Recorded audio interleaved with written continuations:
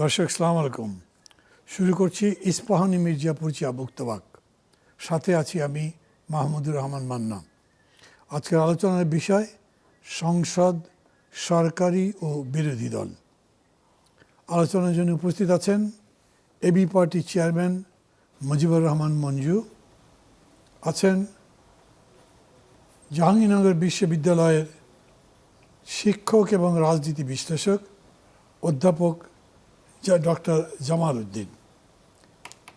কিছুক্ষণ পরে আমাদের সঙ্গে যোগ দেবেন জাতীয়তাবাদী দল বিএনপির আন্তর্জাতিক বিষয়ক সম্পাদক ব্যারিস্টার নাসির উদ্দিন অসীম।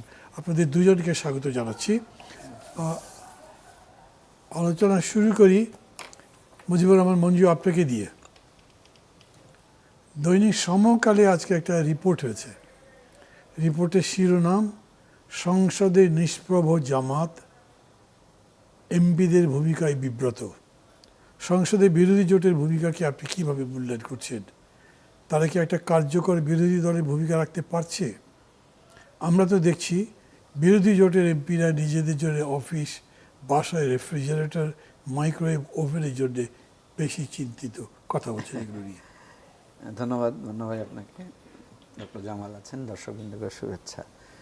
আপনি সমকালের কথা বললেন, তো আমি কিন্তু আরও একটা পত্রিকায় একই ধরনের রিপোর্ট দেখেছি। সম্ভবত দৈনিক আমার দেশেও আমি দেখি, দৈনিক আমার দেশ, মানে জামাতের এমপিদের ভূমিকা নিয়ে বিব্রত এই ধরনের একটা রিপোর্ট এসেছে।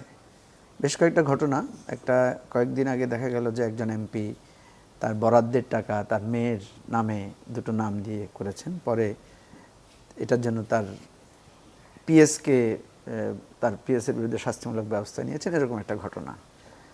এর আগে তো একজন পার্লামেন্টের মেম্বার সেখানে মাইক্রোওয়েভ ওভেন, তারপরে টর্দার কথা বলেছেন, এগুলো নিয়ে এক ধরনের সমালোচনা হয়েছে। এরও আগে জামাতের আমির, ওনার একজন ফরেন অ্যাফেয়ার্সের অ্যাডভাইজার, উনি একটা চিঠি দিয়েছিলেন যে তাকে মন্ত্রী পদমর্যাদায় একটা প্রোটোকল দেওয়ার জন্য, এরকম কিছু একটা। সেটাও দেখা গেছে যে জামাতের আমির পরে বলেছেন যে এটা ওনার অগোচরে এটা করা হয়েছে। তো এই প্রত্যেকটা ঘটনায় একটা জিনিস প্রমাণিত হয় যে এক ধরনের ডিলেমা বা এক ধরনের বিশৃঙ্খলা এখানে কিছু না কিছু আছে। জামাত সম্পর্কে সাধারণ জনমনে যে একটা ধারণা যে দলটা খুব সুশৃঙ্খল, সুসংগঠিত, আদর্শিক চিন্তায় আছে, তো অ্যাকচুয়ালি জামাত পাবলিকলি অ্যাপিয়ার হয়েছে খুব কম। কারণ আমরা জানি যে জামাত একটি ইসলামিক ধারার সংগঠন হওয়ার কারণে তাদের ভেতরকার অনেক সমস্যা আমরা কিন্তু বাইরে জানাজানি হয় না। এই গত মনে হয় 2-3 মাসে দেখা গেছে জামাতের বেশ কয়েকজন লোককে বহিষ্কার করা হয়েছে এবং এটা পাবলিকলি আনা হয়েছে। তো জামাতের ভেতরে এই ধরনের সাংগঠনিক ব্যবস্থা নেওয়ার প্রবণতা ছিল, আগেও প্রচলন ছিল, কিন্তু এটা পাবলিক জানতে পারত না। তো এখন যেহেতু তারা বিরোধী দল, এখন তাদের অনেক কিছু পাবলিকলি আসছে। আপনি যে কথাটা বলেছেন যে তারা নিষ্প্রভ কিনা, তাদের ভূমিকা কিনা, যেমন জামাতের প্রায় 70-এর বেশি সংসদ সদস্য, তার মধ্যে মাত্র 4 জন সম্ভবত আগে সংসদে ছিলেন, আর বাকি সবাই নতুন। এবং অনেকেই আছেন যে সংসদের কার্যপ্রণালী বৃদ্ধি, একজন এমপির দায়িত্ব কী, কর্তব্য কী, কী ধরনের রুলস অফ প্রসিডিওরগুলো প্রপারলি ওনাদের মধ্যে জানার ঘাটতি আছে।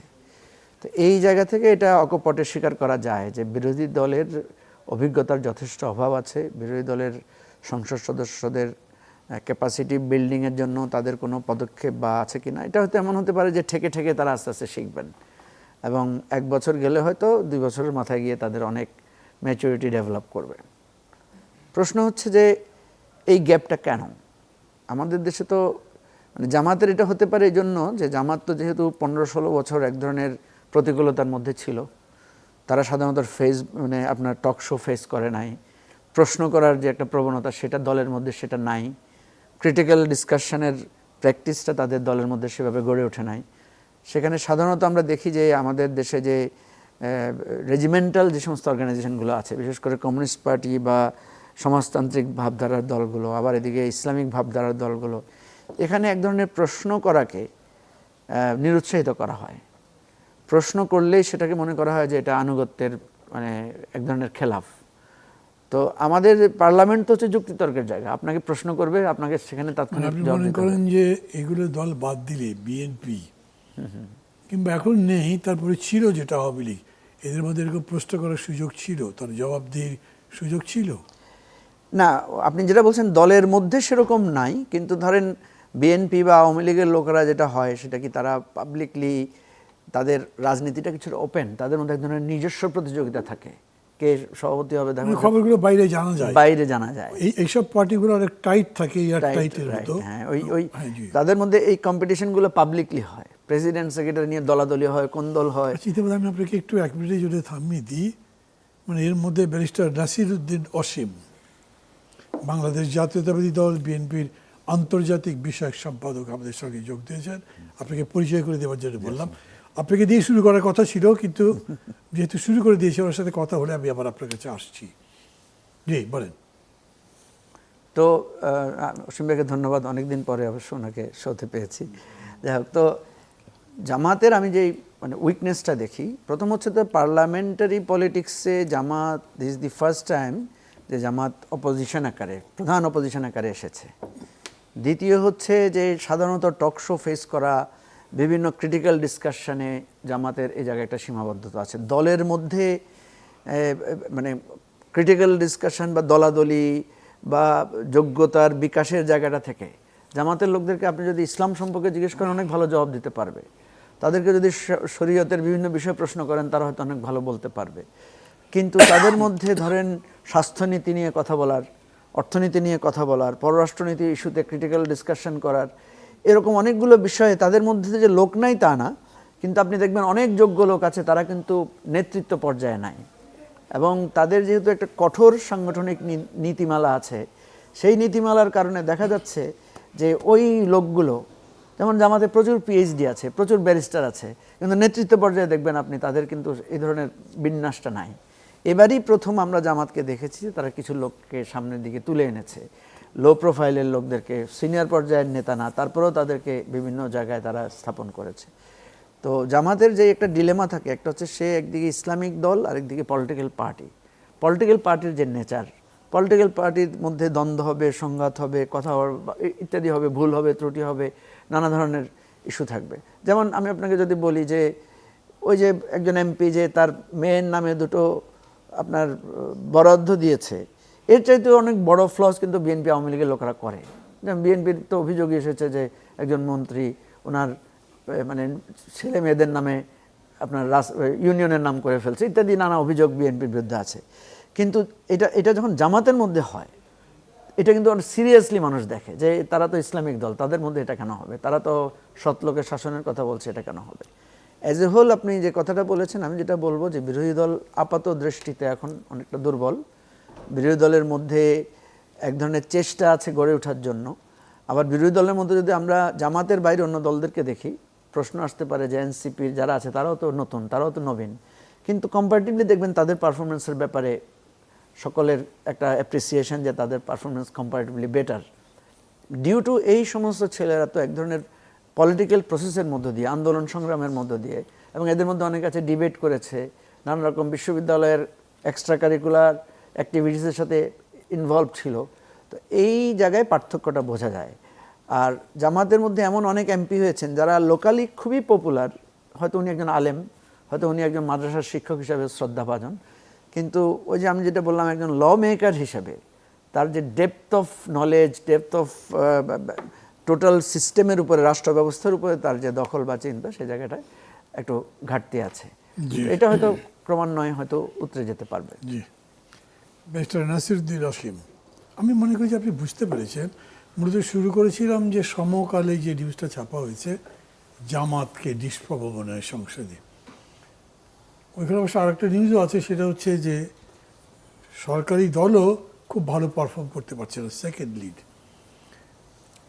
ওইটার সঙ্গে আবার যুক্ত আছে যে সামগ্রিকভাবে সংসদটা কেমন চলছে। আপনার কাছে আমার প্রশ্ন, ধরেন 15 বছরের এই শাসনের পর যে স্বৈরাচারটা ছিল, এক যুগ পর একটা পার্লামেন্ট আমরা পেয়েছি, এটা খুব কি কার্যকর আছে, খুব ভাইব্রেন্ট মনে হচ্ছে, মানে যেরকম একটা শক্তিশালী পার্লামেন্টের অর্থে তার কাছেও কেটে যেতে পারছে, কীভাবে মূল্যায়ন করবেন? ধন্যবাদ আপনাকে। দর্শক শ্রোতা যারা দেখছেন তাদেরকেও ধন্যবাদ জানাচ্ছি, সহ আলোচক যারা আছেন বিদগ্ধ জন ওনারা, ওনাদেরকেও শুভেচ্ছা জানাচ্ছি। এই যে পার্লামেন্টটা গেল, আমি সবচেয়ে খুশি হতাম, আমি খুব সিম্পল অ্যাডমিশন থেকে বলি, যে মান্না ভাই যদি এই পার্লামেন্টে থাকতেন আমি খুব খুশি হতাম, মঞ্জু ভাই যদি এই পার্লামেন্টে থাকতেন আমি অনেক বেশি তৃপ্ত হতাম। আমি থাকি বা না থাকি, কারণ আমার একটা ফুল টাইম প্রফেশন আছে। যেমন এরকম করে আমি বলতে পারি আপনি থাকলে আমি খুব খুশি না, হতাম। কিন্তু মান্না ভাই আমি আমার দিক থেকে বলছি কি, আমাদের তো মনে করেন যে পার্লামেন্ট বলেন, জুডিশিয়ারি বলেন, লেজিসলেচার বলেন, এক্সিকিউটিভ বলেন, বিভিন্ন আছে। আমার একটা অ্যাভিনিউ আমার জন্য ওপেন ছিল, কিন্তু ওই জুডিশিয়ারিও ছিল, লেজিসলেচারও আমার জন্য ছিল। দেখেন পার্লামেন্ট নিয়ে আলোচনা করছি না, কোনো পার্লামেন্ট মেম্বার নেই এখানে। না যাই হোক, আমি তো এই কথাটা বলেছি যে মঞ্জু ভাই যদি থাকতেন, মান্না ভাই যদি থাকতেন আমি অনেক বেশি খুশি হতাম। আমি খুব না, অবশ্যই, মন থেকে অবশ্যই। বলি, এখানে আপনি সহ বহু বছর আগে, আমার মনে হয় 2010-11 সালে আপনি উপস্থাপনা করতেন, তখন আসার সুযোগ হয়েছিল আমাদের অনুষ্ঠানে। এই অনুষ্ঠানই তা করতাম। আমাকে যখন বলেছিলেন আজকে আর্জেন্টিনা খেলা আছে, আমি আর্জেন্টিনা হয়তো সাপোর্ট করি না, আমার ওয়াইফ করেন, তো সেই কারণে আমার হয়তো দেখা গেছে যে খেলাটা একসঙ্গে শেয়ার করার কথা ছিল। যখন মান্না ভাইয়ের কথা বলেছে, মঞ্জু ভাইয়ের কথা বলেছে, আমার এই যে ভাই বিশ্ববিদ্যালয়ের শিক্ষক, আমি ওনার পরিচয়টা আমি পুরোটা মনে করেন যে হয়তো ভুলে গেছি, বা অধ্যাপক মোহাম্মদ জামালউদ্দিন একসাথে প্রোগ্রাম করেছি উনি। হ্যাঁ, আমরা আগেও প্রোগ্রাম করেছি। দেখেন আমাদের মানে স্মৃতিশক্তিও মনে করেন যে কমে গেছে, মানে আমরা মাইনাসের দিকে চলে যাচ্ছি। উনি একজন রাজনৈতিক বিশ্লেষকও বটে কিন্তু। না, আপনি মনে আছে উনি কিনোট স্পিকার হিসেবে আমার এখন মনে পড়েছে, সরি, আমি অত্যন্ত দুঃখিত। জি। তো এই যে দেখেন যে একটা সময়ের মনে করেন যে গ্যাপ থেকে গেলে যে কি যা হয় আর কি, যে একজন আরেকজনকে মনে করেন যে রেকগনাইজ করতে পারি না। খুব সমকালীন প্রসঙ্গ নিয়ে সমকালীন অনেকগুলো আলোচনা একসঙ্গে ছিলাম, কিন্তু দেখা গেছে আমরা স্মরণ করতে পারছি না। এটা খুব দুর্ভাগ্যজনক। এটা কিন্তু আমাদের জন্য একটা কাল হয়ে দাঁড়াবে। কাল হয়ে দাঁড়াবে এই কারণে যে আপনি অনেকগুলো প্রশ্নের অবতারণা করেছেন, এই সমস্ত প্রশ্নের উত্তর দেওয়ার মতো আমার কাছে মনে করেন যে কোনো খোরাক নেই এই মুহূর্তে। তার কারণটা কি, যে আমরা মনে করেন যে কোথাও না কোথাও মনে করেন যে আমাদের ওই যে তাল, তবলার তাল বলেন, হারমোনিয়ামের লয় সুর কি কি যেন আছেন, সংস্কৃতির সঙ্গে যারা জড়িত আছেন তারা খুব ভালো বলতে পারবেন। আমার এই বিষয়ে খুব একটা বেশি এই নেই। কিন্তু আপনি যে কথাগুলো বলেছেন যে যে এই পার্লামেন্টে মানে কাদের কি ভূমিকা হওয়ার কথা ছিল, জামায়াত ইসলাম তাদের প্রায় 68-69-70 জন, একটা বড় সংখ্যা, কিন্তু বাস্তবিকভাবে মনস্তাত্ত্বিকভাবে জামাত ইসলাম কি মনে করেন যে তারা ততগুলো আসন পেয়ে বিরোধী দলের ভূমিকায় আছে? 2001 সালে বাংলাদেশ জাতীয়তাবাদী দল 203টি আসন নিয়ে 2/3 সংখ্যাগরিষ্ঠতা অর্জন করেছিল। যেই আওয়ামী লীগ 140টি আসন নিয়েও 1991 সালে, আমার যতটুকু মনে পড়ে, 1991 সালে বিএনপিও 140, অ্যারাউন্ড আওয়ামী লীগও 140, বিএনপি সরকার গঠন করেছে। তার পরবর্তীতে 1996 সালে নির্বাচন হয়েছে, বিএনপি 116টি আসন নিয়ে বিরোধী দলে গেছেন। অনেক বড় চ্যালেঞ্জ মোকাবেলা করে মাগুরার নির্বাচন, তত্ত্বাবধায়ক সরকার, অনেক বড় ইস্যু ছিল, 116টি আসন নিয়েছেন বিএনপি। সেটা একটা সিগনিফিকেন্ট ইস্যু ছিল, এটা নিয়ে অনেক আলোচনা হয়েছে। তার মানে কি বিএনপি কি খারাপ করেছিল? না, বিএনপি খারাপ করেনি। বিতর্কিত একটা নির্বাচন ছিল মাগুরা, তত্ত্বাবধায়ক সরকারের ইস্যু ছিল। তারপরেও এই যে 116 আসন পাওয়া, এটা একটা বড় ব্যাপার। এরপরে এসেছে 2001 সাল। 2001 সালে আওয়ামী লীগের আসন সংখ্যা 58। ওই 58-র মধ্যে যে বিরোধী দল হিসেবে আওয়ামী লীগ ছিল, এখন তো মনে করেন যে প্রায় 70-এর মতো জামাত ইসলাম। তাহলে কি সেই ভূমিকা আপনি রাখতে পারছেন? না, আপনি পাচ্ছেন না। তার কারণ আপনার মনস্তাত্ত্বিক একটা মনোজগতের একটা বিষয় থাকে। কোনটা? 71 সাল, 24-এ এসে আপনি বলেন, একুয়েট করার চেষ্টা করেন কিংবা ওভাররুল করার চেষ্টা করেন 24-কে 71 দিয়ে। এই যে অনেকগুলো বিষয় আছে, এ কারণে আপনার মনোবলটা সেরকম না। বিরোধী দল হিসেবে জামায়াত ইসলাম যতটুকু পারফর্ম করার কথা, পারফরমেন্স যেটা হওয়ার কথা ছিল, সেটা ওনারা পারছেন না। আবার অ্যাট দ্য সেম টাইম 2/3 সংখ্যাগরিষ্ঠতা নিয়ে বাংলাদেশ জাতীয়তাবাদী দলের যে সরকার প্রতিষ্ঠিত হয়েছে বা জনগণ সমর্থন দিয়েছেন, ওনারাও কি সেই পরিমাণ এই করতে পারছেন? আমার কাছে তা মনে হচ্ছে না। জি, থ্যাংক ইউ। অধ্যাপক ডক্টর জামাল উদ্দিন, মানে আপনার কাছে নতুন করে প্রশ্ন করার বিষয়ে প্রশ্ন একই দুজনের কথা তো শুনলেন, আমিও বলেছি, আপনি বলেন। ধন্যবাদ। প্রথমে আমি চ্যানেল 24 অগণিত দর্শক শ্রোতাকে আমি শুভেচ্ছা জানাচ্ছি। আজকে খেলা হচ্ছে আর্জেন্টিনা বনাম মিশর, এরকম একটা পর্যায়ে টক শো রেজাল্ট কি আছে বোধহয়? 2-1 বোধহয় চলে গেছে। 2-1 গোলে। ও বাবা, মানে 2 আর্জেন্টিনা। মন ডুবে। না না না, মিশর, ইজিপ্ট। ইজিপ্ট 2, আর্জেন্টিনা ইজিপ্টে 1-0 ছিল আমি যখন আসতাম। সঙ্গত কারণে আজকে টক শো কতটুকু মানুষের মনে দাগ কাটবে বা এই বিষয়ে আমরা কতটুকু বললে কতটুকু উপকার হবে আমি জানি না, তবে আমি কি এটা করবো, একটা- আমার তো করতে হবে। আমাদের করতে হবে। তবে খুবই গুরুত্বপূর্ণ বিষয় আপনি অবতারণা করেছেন। জুলাই মাস শুরু হয়েছে। আমি যেহেতু এই আন্দোলন সংগ্রামে আপনাদের মতো করে আমার জাহাঙ্গীরনগরে সম্পৃক্ততা ছিল এবং খুব ভালো ভূমিকা, খারাপ ভূমিকা বলবো না, তবে যারা ভূমিকা রেখেছিল শিক্ষকদের মধ্যে তাদের মধ্যে অন্যতম ছিলাম। আপনি অনুমতি দিলে আমি 5ই আগস্টের সকাল 8:13 আমার শিক্ষকদের একটা গ্রুপ আছে, হোয়াটসঅ্যাপ গ্রুপ, সেখানে একটা মেসেজ দিয়েছিলাম। আপনি অনুমতি দিলে আমি মেসেজটুকু পড়ে শুনে আমি জি। এক্সপেকটেশনের জায়গায় আমাদের রাজনীতি কোথায় যাবে সেটা ওখানে ছিল। শুভ সকাল 8:13 আমার প্রাণ 5 তারিখে সকালবেলা আমি লং মার্চে নেতৃত্ব দিব। আমরা কয়েকজন শিক্ষক ছাত্র মিলে সাভার জাহাঙ্গীরনগর লিড করবে, সেরকম প্রাককালে অনেকটা গোসল টোসল করে ব্যাকপ্যাক হয়ে রেডি হয়ে শুধু মেসেজটা দিয়েছিলাম, আমাদের শিক্ষকদেরকে আহ্বান জানাচ্ছিলাম। সেটি আমি বলতে চাচ্ছি, ওই সময় খুব প্রাসঙ্গিক ছিল। শুভ সকাল আমার প্রাণপ্রিয় সহকর্মীবৃন্দ, আপনারা নিশ্চয় অবগত আছেন ছাত্রছাত্রীদের ঘোষিত ঢাকা অভিমুখী লং মার্চ আজ সকাল 9:30টায় জাহাঙ্গীরনগর বিশ্ববিদ্যালয় শহীদ মিনার চত্বর থেকে শুরু হতে যাচ্ছে। আশা করছি দিনটি হবে বর্ণাঢ্য এবং আগামী সূর্য উদয়ের পূর্বক্ষণ। আপনারা কেউই পিছিয়ে থাকবেন না। আমার সকল শ্রদ্ধেয় শিক্ষকদেরকে অনুরোধ করব যাদের পক্ষে সম্ভব এই লং মার্চে অংশগ্রহণ করার জন্য।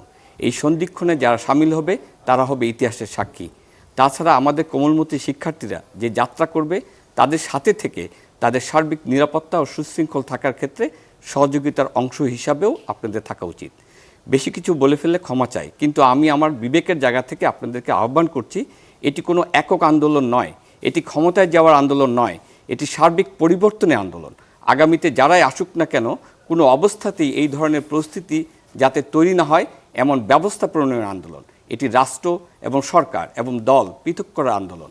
আমি আপনাদের সাথে দীর্ঘ সময় সামাজিক রাজনৈতিক আন্দোলনে ছিলাম। আমি বিশ্বাস করি আপনারা সবাই মনে মনে এই জিনিসটি লালন করেন। আজ সময় এসেছে এবং সুযোগও এসেছে অরাজনৈতিক ছাত্র নেতৃত্বের মধ্য দিয়ে একটি পরিবর্তনে। তাই আমার অনুরোধ, আমরা কেউই দলবাজ বা দলদাস হতে চাই না। আমরা শিক্ষক এবং অভিভাবক দুইভাবেই আমাদের কোমলমতি ছাত্রছাত্রীদের পাশে থাকা উচিত। তাই আসুন লং মার্চ সফল করি। দুঃখিত দীর্ঘ মেসেজ পড়ার জন্য। 5ই আগস্টের পরে আমাদের যে চাওয়া সেটা কতটুকু হলো? আজকে আপনি প্রশ্ন করেছেন সংসদ, সরকারি দল, বিরোধী দল, ফাইনালি রাষ্ট্র, কোথায় আছি? সংসদ ভবন, সংসদ এলাকা আমাদের জাতীয় সার্বভৌমত্বের প্রতীক। আমরা আমাদের ক্যান্টনমেন্টকে আমরা কিন্তু জাতীয় সার্বভৌমত্বের প্রতীক। এগুলি সংরক্ষিত অনেক কারণে। আমরা কিছুদিন আগে, 2 দিন আগে দেখলাম আমাদের সংসদ ভবনকে অন্য আরেকটি রাষ্ট্রের স্বাধীনতা দিবসের জন্য আমরা দিলাম। বক্তৃতা দিল কি আমাদের রাজনৈতিক দলগুলি, ওইখানে গেল। হোস্ট তো অন্য আরেকটি দেশ। কোথায়? আমার সার্বভৌমত্বের প্রতীকের উপরে।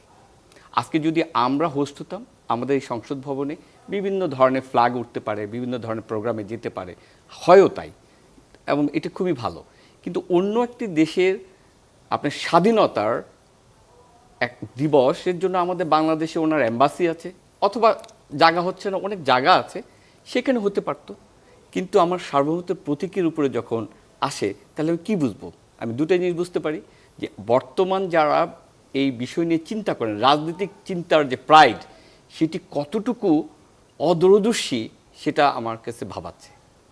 এটি কিন্তু খুবই প্রতীকী ইস্যু, করতেই তো পারে, কিন্তু কেন এখানে না, কেন অন্যখানে?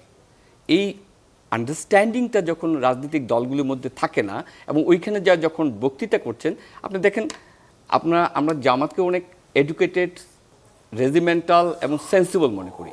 সেই জামাতের যে প্রধান শফিক, ডক্টর শফিক, উনি কিন্তু যে বক্তব্য দিয়েছেন যে আমেরিকা আপনার এই মিডল ইস্টের যুদ্ধ বন্ধ করার জন্য উদ্যোগ নিয়েছেন, এই জন্য ধন্যবাদ জানিয়েছেন।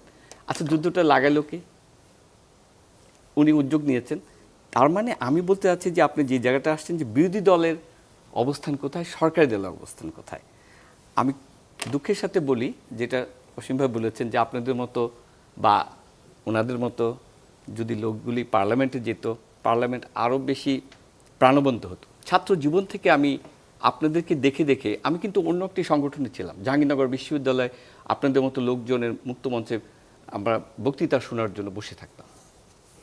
অনেক ভাবে যে রাজনৈতিক কালচার, সেটি কিন্তু বামপন্থীরা কিন্তু আগের দিনে যে বাফারিংয়ের রোলটা প্লে করতো রাজনীতিতে, সে বামপন্থী এখন নাই। তার মানে সামগ্রিকভাবে আমরা কি করেছি, সরকার, তারপরে হচ্ছে দল এবং রাষ্ট্র পৃথক করতে মিস করে ফেলছি। আপনার রাষ্ট্র সবার, রাষ্ট্রের যে প্রতিষ্ঠান, আমরা শহীদ রাষ্ট্রপতি জিয়া রহমানের কথা বলতে হয় এই প্রসঙ্গে। উনি কিন্তু কোনো রাজনীতি করে ক্ষমতা আসেননি। উনি একটা জায়গা থেকে একটা কনসিকুয়েন্সিয়াল ইস্যুতে ওনার উপরে দায়িত্ব বর্তাইয়েছেন, এবং উনি ফাইনালি একটা দল করেছেন। সেই ব্যক্তিটিও বুঝেছেন যে দল, রাষ্ট্র এবং সরকার এগুলো আলাদা জিনিস। রাষ্ট্রের প্রশ্নে হচ্ছে প্রতিদিনের বিশ্ববিদ্যালয়, প্রতিদিনের রেল স্টেশন, প্রতিদিনের পুলিশ স্টেশন, সেটি একটি প্রাতিষ্ঠানিক ভিত্তিতে দাঁড়াতে হবে। জাহাঙ্গীরনগর বিশ্ববিদ্যালয় যেহেতু পড়েছি, সেটিকে দিয়ে উদাহরণ দিই। জিল্লুর রহমান সিদ্দিকের মতো একজন অধ্যাপককে জিয়া রহমানই কিন্তু দুইবার ভিসি রেখেছেন, কিন্তু আওয়ামী লীগ করতেন, আওয়ামীপন্থী। সো হোয়াট, ওনার কাছে প্রশ্ন ছিল রাষ্ট্রে প্রয়োজনে যেটা বেস্ট হবে সেটাকে আমি করব। পার্লামেন্টের ক্ষেত্রে আমি কিন্তু তাই মনে করি, কোন লোকগুলি পার্লামেন্টে যাবে সেগুলি কি দল সেভাবে চিন্তা করেছে? আজকাল ইলেকশন করতে হলে অসীম ভাই ভালো বুঝবেন, উনি একদম পার্টির সাথে, আপনারাও ভালো বুঝেন। একজন বিদগ্ধ মানুষ, জানা মানুষের রাজনীতি করে পার্লামেন্টে যাওয়ার রাস্তা আর্থিকভাবেই বন্ধ। তারপরে তো আছে রাজনীতিতে ব্যবসা বা অন্য অন্য বিষয়গুলি ইনফ্লুয়েন্স। আমি সরি, আমি একটু লম্বা করে ফেলছি। সেই জায়গায় বিরোধী দলের কথা আমি যদি আসি, এখন কি অবস্থায় বিরোধী দল বলতে আমরা যেটাকে জামাতকে বুঝি, জামাত আসলে এখন একটা পজ নিয়েছে। জামাত ইলেকশনের আগে তার যে অ্যাটিটিউড, অ্যাপ্রোচ এবং তার যুক্তি, তার কথা সব কিছু এখন কিন্তু ওনারা পজ দিয়েছেন। ওনারা খুব ভালো জানেন, ওনারা আসলে ওই জিনিসটাই ভালো বুঝেন। এই যে 5টা বছর এই সরকারটা থাকবে, এর মধ্যে তাকে ইনিশিয়ালি গুছাই নিতে হবে, আর্থিক গুছাই নিতে হবে, প্রতিষ্ঠান গুছাই নিতে হবে, সংগঠন গুছাই নিতে হবে, এবং তারা কিন্তু 3টা ফরম্যাটে সমাজে বিস্তার করে। সরি, আমি থ্যাংক ইউ, ধন্যবাদ। Thank you. দর্শক, আলোচনায় আমরা এখন একটা বিরতি নিচ্ছি, আমাদের সঙ্গে থাকুন, কিছুক্ষণ পরেই ফিরে আসব। দর্শক, ফিরে এলাম ইস্পাহানি মির্জাপুর চা মুক্তবাকে। যারা মুজিবুর রহমান মঞ্জু, আপনার কাছে আসছি। এই যে প্রতিষ্ঠা বার্ষিকী, ইন্ডিপেন্ডেন্স ডে প্রোগ্রাম যেটা হলো সংসদে, সেইখানে আমিরের একটা বক্তব্যের কথা তো অধ্যাপক সাহেব বললেন। তার সাথে আর একটা ব্যাপার আছে, সেটা হচ্ছে যে আমরা যে বাণিজ্য চুক্তিটা করলাম বা করা হলো, সেইটা নিয়ে সংসদে কোনো আলোচনা হয়নি। রুমিন ফারহানা এটা আলোচনা করতে চেয়েছিলেন, ওনার রিকুইজিট নাম্বার অফ এমপি হয়নি, 4 জন বা 5 জন সাপোর্ট দিতে হবে, জামাত দিতে রাজি হয়নি। উনি এনসিপির কাছে গেছেন, এনসিপি বলছে আমরা যেহেতু জামাতের সাথে জোটে আছি, ওরা যেহেতু চায় না, অতএব আমরা এটা আপনাকে সমর্থন করতে পারবো না। ফলে ওই আলোচনা আর হয়নি সংসদের মধ্যে। কি বলবেন, বিরোধী দল হিসেবে জামাতের কি ভূমিকা হওয়া উচিত ছিল? ডক্টর জামালউদ্দিন যেটা বলেছেন যে পার্লামেন্ট মানে দক্ষিণ প্লাজায় যে অনুষ্ঠানটা হয়েছে, এটার আসলে হোস্ট কে? আমি আজকে দেখলাম যে ওটার হোস্ট হচ্ছে বাংলাদেশের পার্লামেন্টে ইউএস ককাস নামে একটা সংগঠন আছে, যেটার মানে হোস্ট চিফ হচ্ছেন আমাদের ডক্টর ওসমান ফারুক। এবং ওখানে আমি দেখলাম যে বিএনপির, জামাতের এবং এনসিপির সদস্যরাও আছেন, প্রায় 9-10 জন মিলে। অনুষ্ঠানটা সম্ভবত তাদের উদ্যোগেই হয়েছে, যার কারণে না হয় আমেরিকান এমবেসির উদ্যোগে সেখানে প্রোগ্রাম হওয়াটা তো এটা একটা অ্যাবনর্মাল ঘটনা, আগে কখনো তো এই ধরনের ঘটনা আমরা দেখিনি। তারপরেও আমি মনে করি, আমি প্রফেসর জামালের সাথে একমত যে এটা একটা কনফিউশন তৈরি করবে। দেখা যাবে যে আমাদের পার্লামেন্ট হাউসে বাইরের দেশের লোকদের উদযাপন হবে, কিছুদিন পরে আমরা হয়তো বলতে পারি যে মান্না ভাইয়ের ৮০ বছর পূর্তি উদযাপন করবো আমরা পার্লামেন্টের সামনে। এরপর আমার ৮০ বছর পূর্তি হলে তো করাই যেতে পারে। এই জিনিসটা নিয়ে তখন দেখা যাবে যে নানা রকমের পরিস্থিতি তৈরি হবে। তো এটা একটা বিষয়। আরেকটা যেটা আমাদের বাণিজ্য চুক্তি নিয়ে যে কথাগুলো আছে, আমরা ওই সময় যখন এই আলোচনাগুলো উঠছিল আমরা তো দেখেছি যে ট্রাম্প হঠাৎ করে যখন যে একটা এক্সট্রা ট্যারিফ 39% এ ধরনের একটা ট্যারিফ আরোপ করলো, তখন কিন্তু আমাদের ব্যবসায়ীদের মধ্যে একটা বিরাট মানে আশঙ্কা তৈরি হলো যে আমাদের গার্মেন্টস তো একেবারেই আমরা ধসে পড়ব। কারণ আমাদের গার্মেন্টসের মার্কেটের মূল বায়ারদের একটা বিরাট পোর্শন হচ্ছে আমেরিকার বাজার। তো সেক্ষেত্রে তখন আমাদের বাণিজ্যমন্ত্রী বা আমাদের তৎকালীন সময়ে যিনি সিকিউরিটি অ্যাডভাইজার ছিলেন, ওনারা গিয়ে দেন দরবার করে এটাকে 20-তে আনলেন। আমরা যতটুকু শুনেছি যে এটা আমেরিকানরা বলেছে আমাদের সাথে যদি একটা চুক্তিতে আসো তাহলে এটাকে আমরা কনসিডার করব। যেহেতু তো চুক্তিতে আসার জন্য ওনারা এগ্রি করেছেন, পরে 19-এ এটা একটা দফারফা হয়েছে। এখন এই বাণিজ্য চুক্তি করতে গিয়ে আমেরিকা তার যেই ট্রেড ডিফিসিট আছে আমাদের সাথে, তার যে অসমতা আছে, সেটার জন্য সে কিছু শর্ত দিয়েছে যে এগুলো তাদের মধ্যে কিনতে হবে। এটাই হচ্ছে মূল, যতটুকু আমরা সংক্ষেপে বুঝি যে আমাদের এই বাণিজ্য চুক্তিটা। এখন এখানে যে জটিলতাটা আছে সেটা হচ্ছে এটার মধ্যে যে সিকিউরিটির দিক আছে, ওই যে আমি আপনাকে মিলিটারি আর্মামেন্টস এর ব্যাপার আছে। হ্যাঁ, আমরা যেটা বলছি যে আমেরিকা যেহেতু বাণিজ্য অসমতা দূর করতে চায়, তাহলে আমরা আমেরিকা থেকে কি কিনবো? আমাদের যা যা কেনার বিষয়গুলোকে আমেরিকা শর্ত আকারে দিয়েছে। এখন এখানে যে কথাটা শর্তটা এরকম হয়েছে যে আপনি যে তেল কিনবেন রাশিয়া থেকে, সেটা তো তাদের থেকে আপনার স্যাংশন আনতে হবে। স্যাংশন আনতে হবে, হ্যাঁ। তো এই জায়গাটায় আমি যেটা দেখি সেটা হলো যে আপনার আমরা যদি এখন এই চুক্তিটাকে রিভিউ করতে চাই, অপশন কিন্তু আছে। কারণ বলা আছে যে 1 মাসের নোটিশে এই চুক্তি বাতিলও করা যাবে, এই চুক্তি রিভিউ করা যাবে। কিছুদিন আগে আমরা দেখেছি প্রধানমন্ত্রীর তথ্য বিষয়ক উপদেষ্টা ডক্টর জাহেদ, উনি কিন্তু বলেছেন যে এই চুক্তিটা আমরা রিভিউ করতে পারি। কিন্তু যেই তথ্যটা আপনি বললেন যে পার্লামেন্টে এখন পর্যন্ত বিএনপি, জামাত বা এনসিপির কাউকে আমরা দেখিনি এটা নিয়ে পার্লামেন্টে কথা তুলতে, কিন্তু বাইরে কিন্তু আমরা এই আলোচনাগুলো তুলেছি।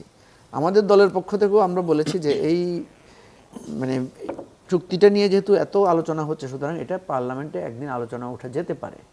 পার্লামেন্টে আলোচনা ওঠা মানেই তো চুক্তি বাতিল করা না। পার্লামেন্টে আলোচনা ওঠা মানেই যে চুক্তিকে মানে রিভিউ করতে হবেই এমন তো কোনো কথা না। আলোচনাটা আমরা শুনতে চাই, সাধারণ মানুষ বিষয়গুলো দেখুক কে কি বলছে। কারণ আমাদের তো এক ধরনের ওই যে রুশ ভারত মার্কিন ফুরিয়ে গেছে তোদের দিন, বা মার্কিন নিপাত যাক, মার্কিন সাম্রাজ্যবাদ, এই ধরনের বক্তব্য যারা দিতেন, আমি দেখেছি আমাদের বন্ধু আপনার জুনায়েদ সাকির ব্যাপারে অনেকে প্রশ্ন তুলছেন যে উনিও কিন্তু সেদিন পার্লামেন্টের সেই ককাসের মধ্যে উনি উপস্থিত ছিলেন, সেই উৎসবের মধ্যে ছিলেন। তাহলে ওনাকে জিজ্ঞেস করেছেন কেউ যে উনি কি এখন মার্কিন সাম্রাজ্যবাদের বিরুদ্ধে নাই? এখন মান্না ভাই, আমার যেটা মনে হয় যে এই চুক্তিটা যেহেতু এটা রিভিউ করার সুযোগ আছে, আমার মনে হয় এটা আমরা রিভিউ করে দেখতে পারি। আমার প্রশ্ন আপনার কাছে হচ্ছে যে জামাত অ্যাজ অপোজিশন পার্টির মধ্যে অপোজিশন বেঁচে আছে, তারা এটাতে সাপোর্ট দিল না, যে ডিসকাস করা যেতে পারে তাও বললো না, এই রোলটা। হ্যাঁ, এটা আপনি ভালো বলেছেন। সেটা নিয়ে কিন্তু আপনার ডক্টর খলিল কিন্তু একবার একটা স্টেটমেন্ট দিয়েছিলেন যে এই চুক্তিটা করার সময় আমরা বিএনপি এবং জামাত বোথ পার্টির সাথে ওনারা কনসাল্ট করেছেন, এটা ওনারা বলেছেন। জামাত সেটা ডিনাই করেছে। জামাত সেটা ডিনাই করেছে, কিন্তু পরবর্তীতে জামাতের নায়েবে আমির ডাক্তার আব্দুল্লাহ মাহমুদ তাহেরের একটা ইন্টারভিউ আমি দেখেছি, বা কেউ না কেউ সেটাকে রেফার করেছে, যে উনি সম্ভবত মার্কিন এমবেসি থেকে বেরিয়ে আসছিলেন, হ্যাঁ, তখন সাংবাদিকেরা ওনাকে জিজ্ঞেস করেছে যে আপনারা এই চুক্তির ব্যাপারে আপনাদের মতামত কী? তখন উনি বলেছিলেন যে হ্যাঁ, চুক্তিটা আমরা পর্যালোচনা করছি, আমরা দেখছি, আমরা আমাদের মতামত জানাবো।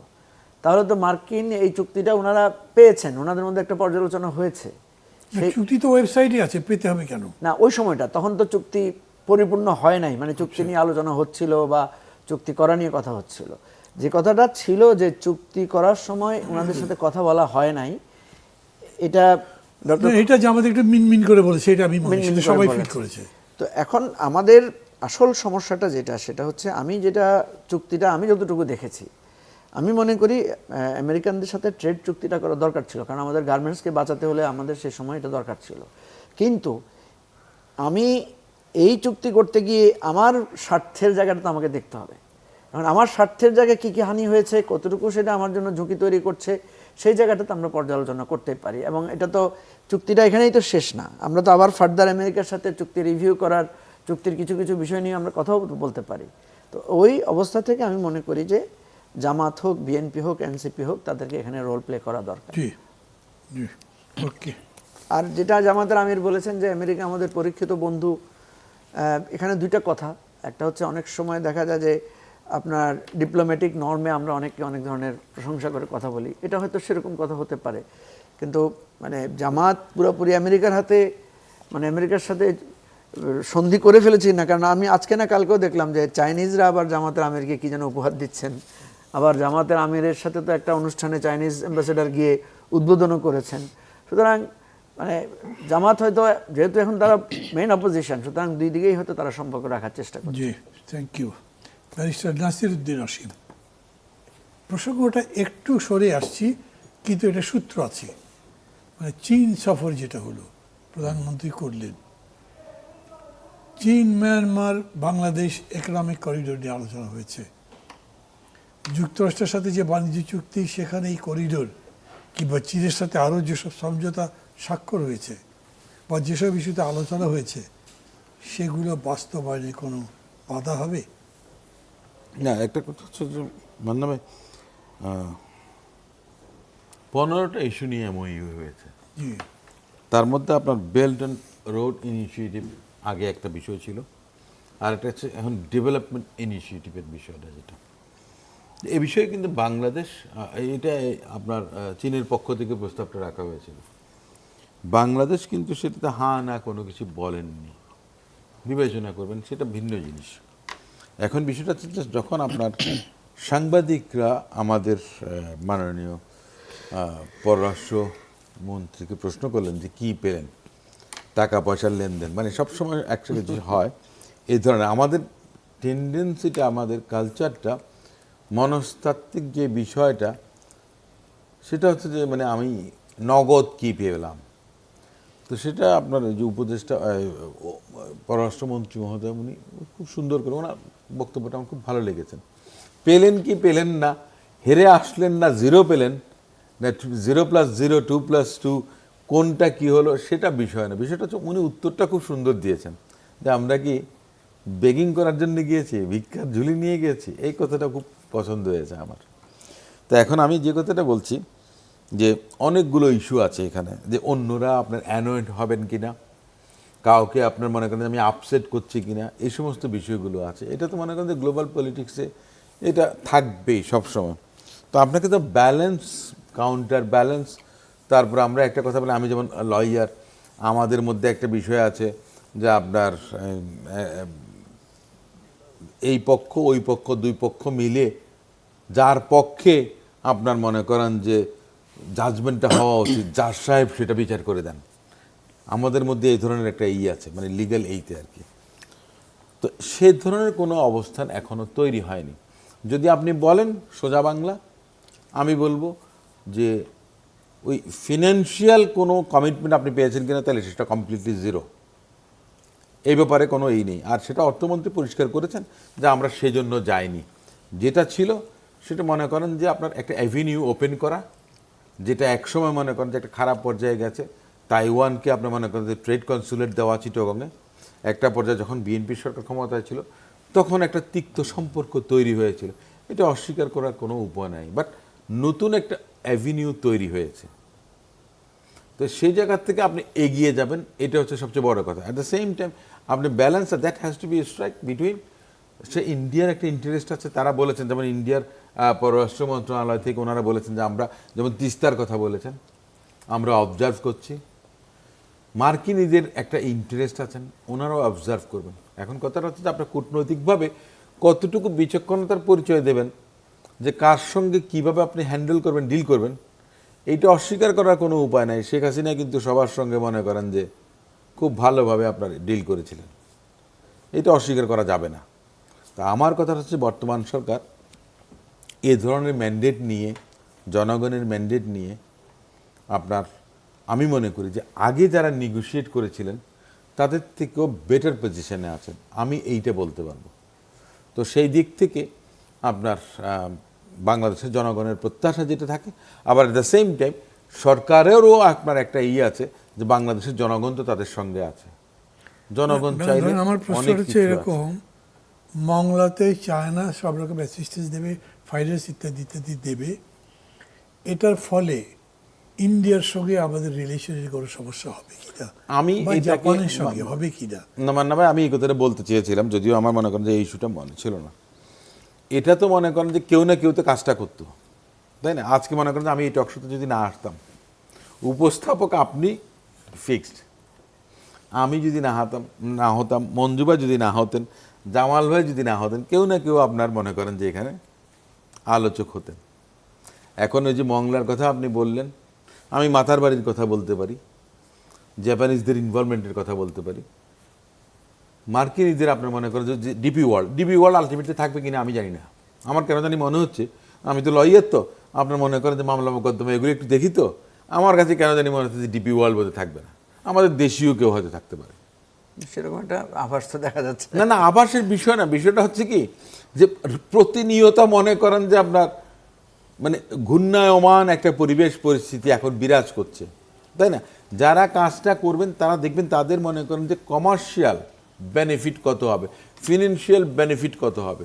আপনি কাজ করবেন, আপনি তো চ্যারিটি করার জন্য আসেননি। আপনি যখন ঠিকাদার হবেন, এই যে যা কিছু আপনি বললেন এর সঙ্গে কিন্তু ঠিকাদারি কিন্তু সম্পৃক্ততা, এখানে সবার কিন্তু ফিনান্সিয়াল বেনিফিটটা দেখবেন। চাইনিজরা কোনোদিন মনে করেন যে আপনাকে হেল্প করবে না ফিনান্সিয়ালি, সে তার ফিনান্সিয়াল বেনিফিট দেখবে। তারা পরিষ্কার কথা, আমি যেটুকু বুঝি, ওই যে মার্চেন্ট অফ ভেনিস, শার্লক শেক্সপিয়ারের, তার থেকেও বেশি মনে করেন যে চাইনিজরা, তারা তাদের ইন্টারেস্টের বাইরে আপনাকে কোনো বেনিফিট দেবে না, সে তার দেশের ইন্টারেস্টটা দেখবে। সারা পৃথিবী জুড়ে ব্রাইভ করে বেড়াবে, কিন্তু নিজের দেশে ব্রাইভ করবেন, ফাঁসিতে ঝুলিয়ে ছাড়বে। এটা কারা করে না? সরি, নিজের ইন্টারেস্ট ছেড়ে তো কেউ করে না, ইন্টারেস্টের রিলেশন কেউই নিজের interest ছেড়ে এক্সাম্পলারি তো করে না। পানিশমেন্টের কথাটাও আমি বললাম, সরি। না, যেমন ধরেন এই যে পদ্মা সেতু দুর্নীতি নিয়ে ওয়ার্ল্ড ব্যাংক কত কি করলো, তো করছে তো, চাইনিজরা তো ফান্ডিং করেছে। না আলটিমেটলি করলো।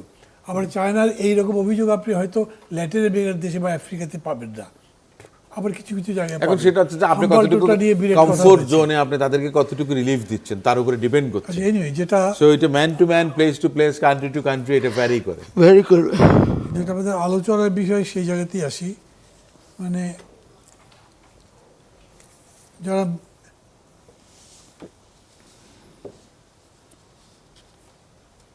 মঞ্জু, আপনার কাছে আসি। জুলাই সনদ বাস্তবায়ন এবং সংবিধান সংস্কার পরিষদের দাবিতে রাজপথে আন্দোলন করলেও জামাত, এনসিপি সংসদে এ বিষয়ে নিশ্চুপ। বিরোধী জোট আসলে কি চায়? মানে এই কথাটা বলছি ওই আগের রিলেশনে। বুঝতে পারছি। মানে সংসদের নিশ্চুপ, এটা কিসের ভিত্তিতে বলা হচ্ছে? কারণ আমরা তো দেখেছি যে সংসদে এটা নিয়ে দীর্ঘ আলোচনা হয়েছে, দীর্ঘ আপনার একটা ওয়াকআউটের মতো ঘটনাও ঘটেছে জুলাই সনদ বাস্তবায়ন নিয়ে, যে তখন হয়েছে। এখন বিএনপি তো অফিসিয়ালি সংসদে বলছে যে আমরা জুলাই সনদ অক্ষরে অক্ষরে বাস্তবায়ন করব।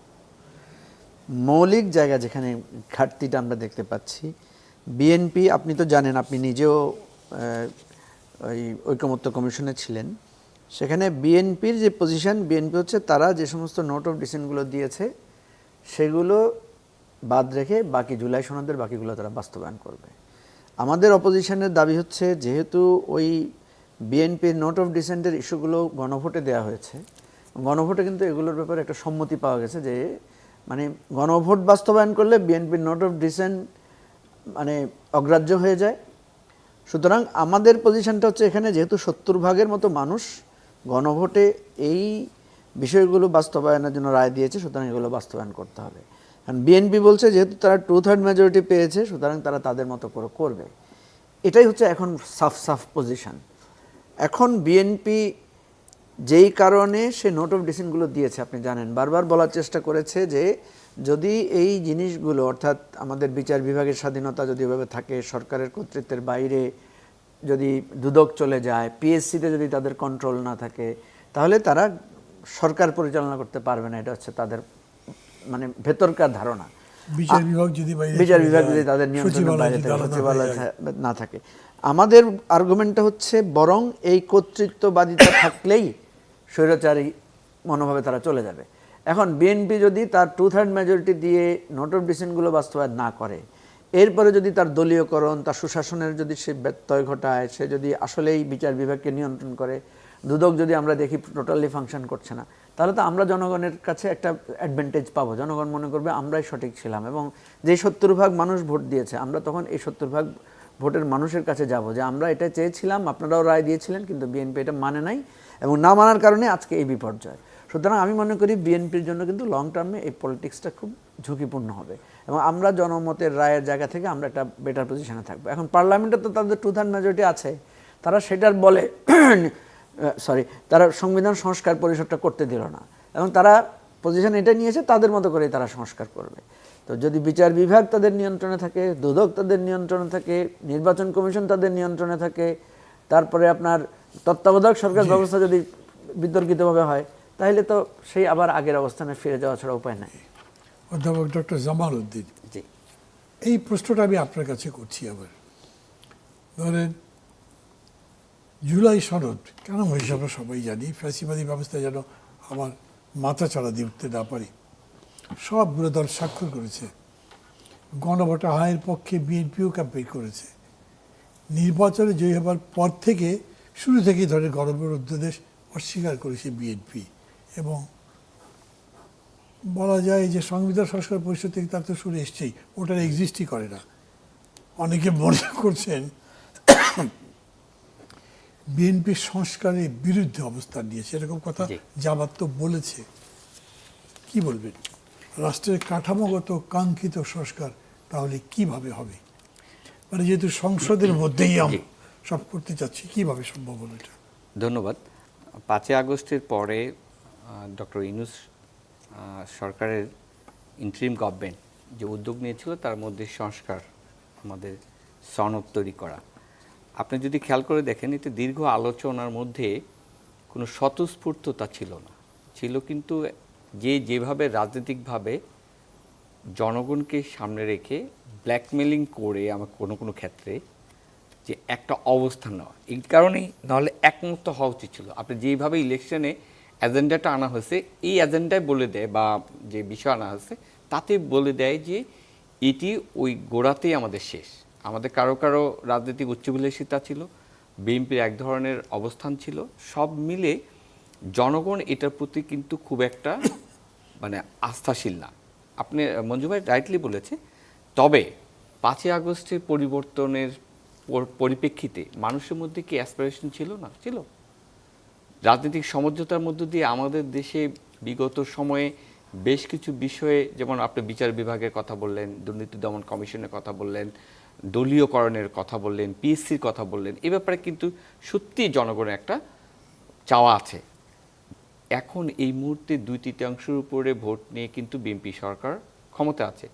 অবশ্যই ওই কনটেক্সটে কথা যদি ভুলেও যাই, যেটা মঞ্জু ভাই বলল, যেভাবে বিএনপি ঘোষণাও করেছে তাদের নিজেদের মতো করে হলেও করবে জুলাই সনদ বাস্তবায়ন, সেটি কিন্তু করতেই হবে বিএনপিকে। আদারওয়াইজ বিএনপি পাশাপাশি যে ব্যর্থতা, অর্থনৈতিক ব্যর্থতা বা রাজনৈতিক ব্যর্থতা, অন্য বিষয়গুলি যখন সামনে চলে আসবে, এমপ্লয়মেন্ট জেনারেশনস করতে যদি ব্যর্থ হয়, সুশাসন দিতে ব্যর্থ হয়, তাহলে এই প্রশ্নগুলি, যেটা বিএনপি একসময় মনে করেছিল যে আমাদেরকে এক ধরনের রাজনৈতিকভাবে চাপে ফেলে আমাদেরকে অনেক কিছু মানাইতে বাধ্য করেছে, সেটা কিন্তু উল্টায় যাবে। তখন বলবো যে না, বিএনপির এটা মনেরই ইচ্ছা ছিল, তারা আসলে এগুলি করতে চায় না, আন্তরিকতার অভাব আছে।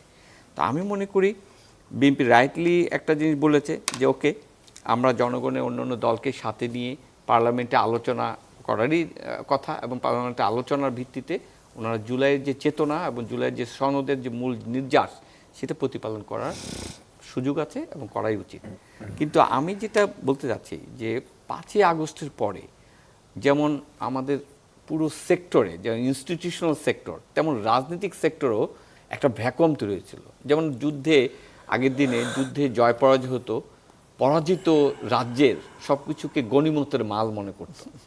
তো আমরা আমাদের এই 5ই আগস্টের পরে অরাজনৈতিক ছাত্র আন্দোলনের মধ্য দিয়ে যে সময়টা পেলাম বা নেতৃত্বটা পেলাম, এটাই আসলে বুমেরাং হয়েছে।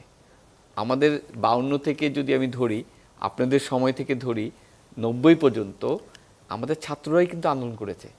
কিন্তু তখন একটা ছিল গার্জিয়ানশিপ, ছিল দলের গার্জিয়ানশিপের মধ্য দিয়ে বা আন্তঃদলের একটা সমন্বয়ের মধ্য দিয়ে সেটি কন্ট্রোলড হতো। কিন্তু এইবার অরাজনৈতিক ছাত্র নেতৃত্বের মধ্য দিয়ে আন্দোলন হয়েছে বটে, ওরা দাবি করে, কিন্তু এই আন্দোলনের পটভূমিটা ছিল কিন্তু লাস্টের দিকে কনসিকুয়েন্সিয়াল আন্দোলন, সেটি আর আম জনতার আন্দোলন হয়ে গেছে। কিন্তু পরিবর্তনের পরে ডক্টর ইউনূসকে নিয়োগ দেওয়ার পরে ডক্টর ইউনূস নিজেও বললেন যে ছাত্রদের মেটিকুলাস ডিজাইন হোয়াট এভার ওনাকে নিয়োগ দিয়েছেন, এর মধ্য দিয়ে ডক্টর ইউনূসের যে দায়িত্বটা ছিল সে দায়িত্বটা উনি পালন করেননি।